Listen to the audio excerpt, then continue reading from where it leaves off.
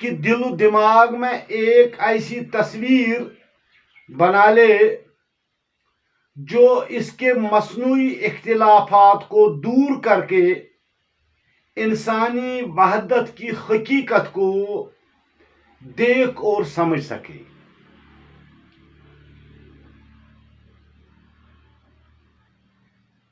ہر شریف روادار فراغ دل انسان دوست کے خد و خال اس میں نظر آئے ہیں.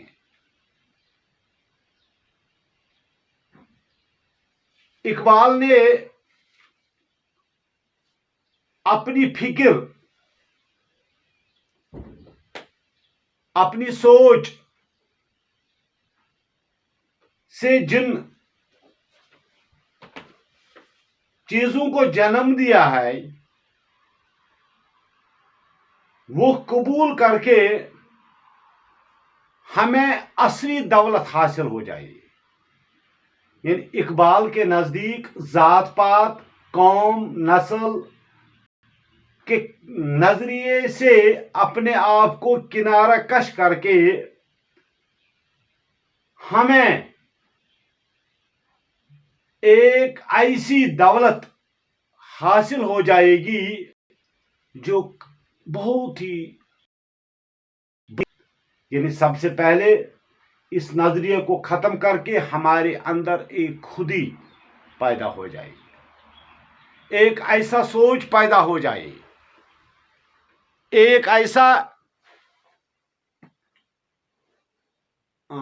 نقشہ سامنے آ جائے جو انسانوں کے درمیان حائل رکاوٹوں کو ختم کرے، جو زندگی کے بگڑے ہوئے نقشے کو حسین بنا دے، جو دشمنوں کو دوست بنائے، جو انسان کو انسان کا رفیق، ساتھی، ہمدرد، غمگسار بنائے.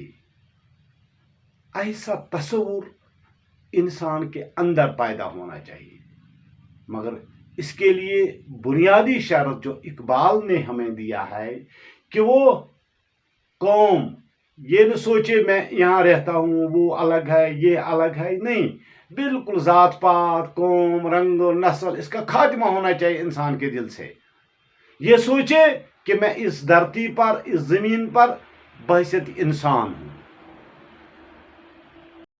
اس میں مذہبی رواداری بھی نہیں ہونی چاہیے، کچھ بھی نہیں ہونا چاہیے. یہ سوچ کے کہ ہم انسان ہیں، ہم انسانوں کو ایک ہو کے اس دنیا میں رہنا ہے اور دنیا میں رہ کر ہمیں ایک دوسرے سے محبت بانٹنا ہے.